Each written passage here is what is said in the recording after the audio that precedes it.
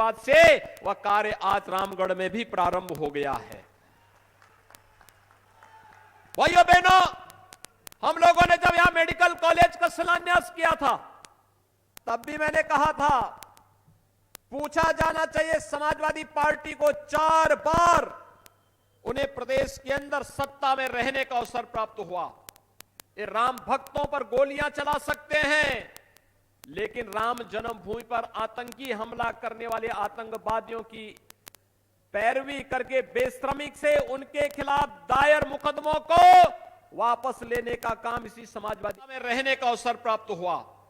ये राम भक्तों पर गोलियां चला सकते हैं, लेकिन राम जन्मभूमि पर आतंकी हमला करने वाले आतंकवादियों की पैरवी करके बेशर्मी से उनके खिलाफ दायर मुकदमों को वापस लेने का काम इसी समाजवादी पार्टी की सरकार में किया था।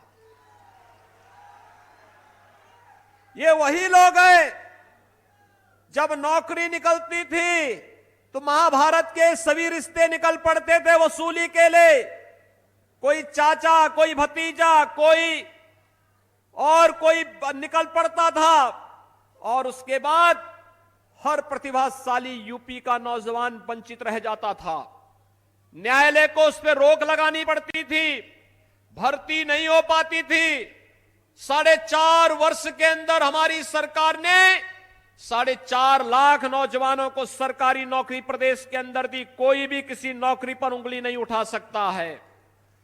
और भाइयों बहनों, यही नहीं, नौकरी तो दी, कानून व्यवस्था की बेहतर स्थिति को प्रदेश के अंदर बना करके जो माफिया पहले सत्ता का शागिर्द बन करके प्रदेश में अराजकता फैलाते थे, आज उन माफियाओं की जरूरत नहीं कि किसी गरीब की, किसी व्यापारी की, किसी किसान की संपत्ति पर कब्जा कर सके या किसी बहन बेटी की तरफ टेढ़ी नजरों से देख सके।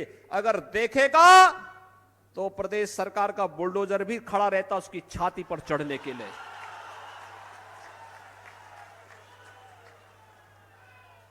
क्योंकि प्रदेश को तो इन्होंने पहले चरागाह बना दिया था।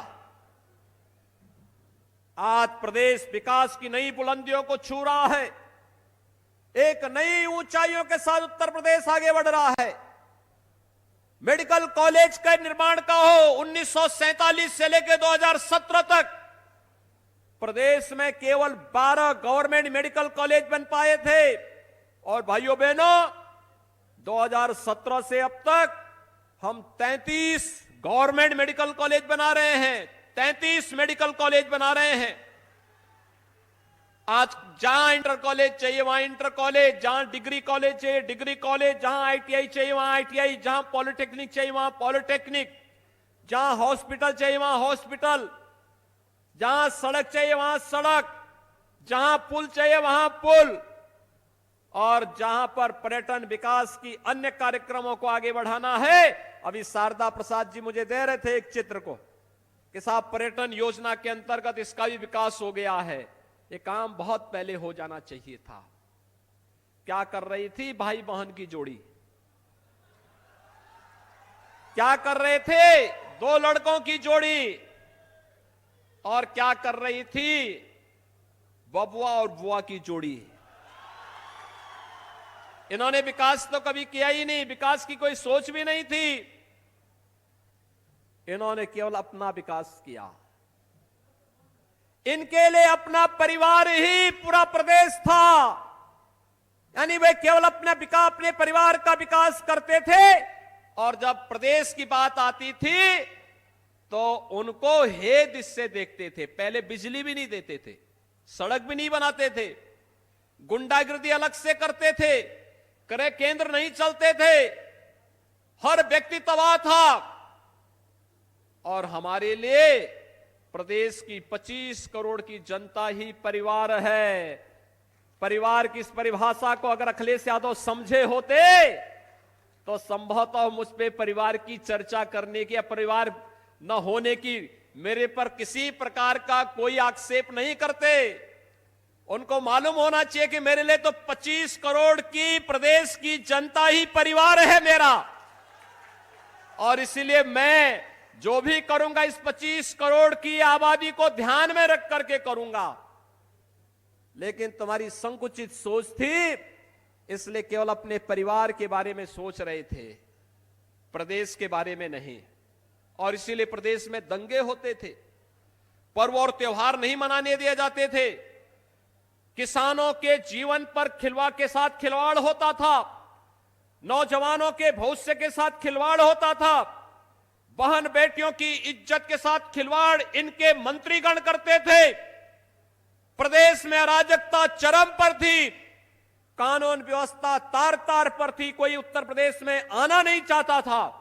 लेकिन भाइयों बहनों, 4.25 वर्ष भारतीय जनता पार्टी की सरकार को प्रदेश में हो गए हैं, प्रदेश में एक भी दंगा नहीं हुआ, पर्व और त्योहार शांतिपूर्ण तरीके से मनाए जा रहे हैं।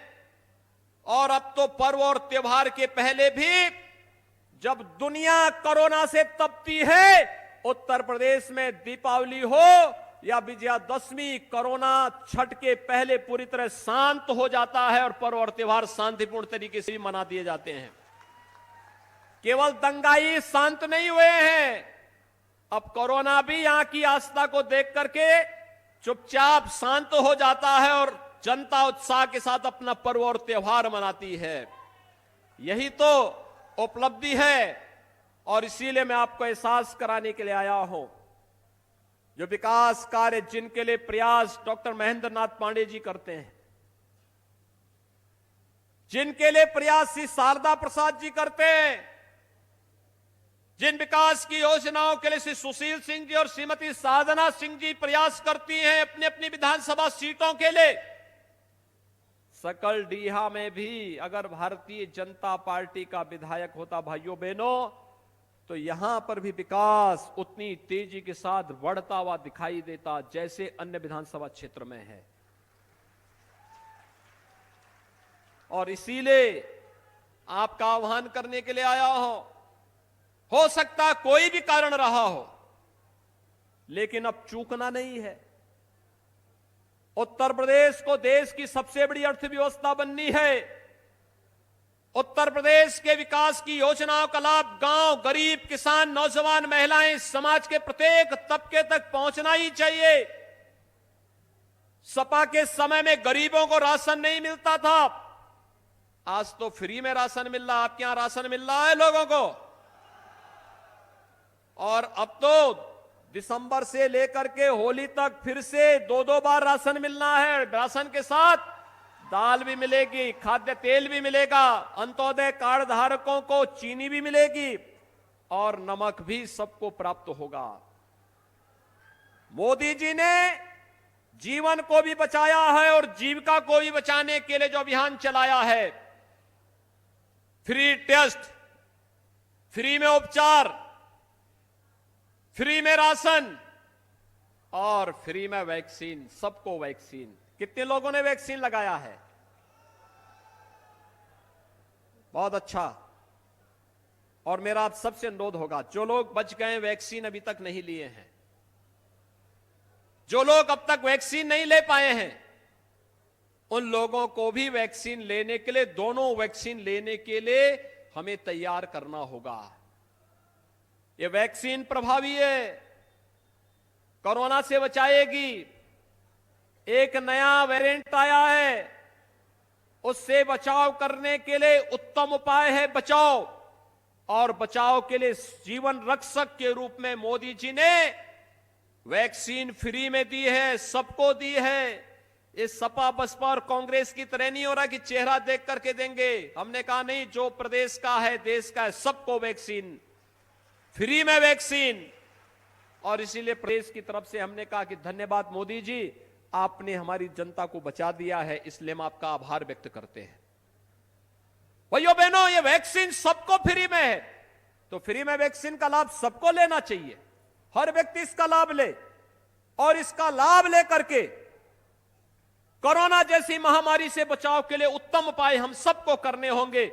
आज के इस अवसर पर मैं एक बार फिर से विकास की ढेर सारी योजनाओं को, आपने देखा होगा कल्याणकारी योजनाओं का लाभ, ये केवल अन्न ही नहीं दिया जा रहा है, गरीबों के लिए आवास दिए जा रहे हैं, हर गरीब के घर में शौचालय बनाए गए, हर गरीब को बिजली के फ्री कनेक्शन दिए गए, रसोई गैस के फ्री में कनेक्शन दिए गए, आयुष्मान भारत का 5 लाख रुपए का हर वर्ष उन्हें गोल्डन कार्ड उपलब्ध कराया जा रहा है। और विकास की योजना को जोड़ते हुए हर एक व्यक्ति के विकास के क्षेत्र में विकास के माध्यम से उसके जीवन में खुशहाली लाने का कार्य किया जा रहा है।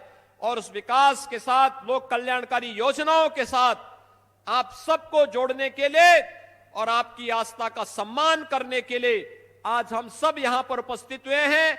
आज के इस अवसर पर एक बार फिर से बाबा कीनाराम जी की इस पावन भूमि को कोटि कोटि नमन करते हुए आप सबको विकास की इन योजनाओं के लिए हृदय से बधाई देता हूं।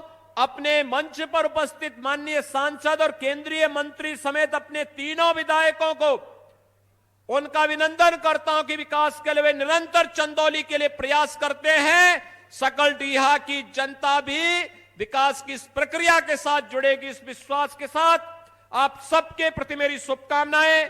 धन्यवाद। जय हिंद, जय जय श्री राम।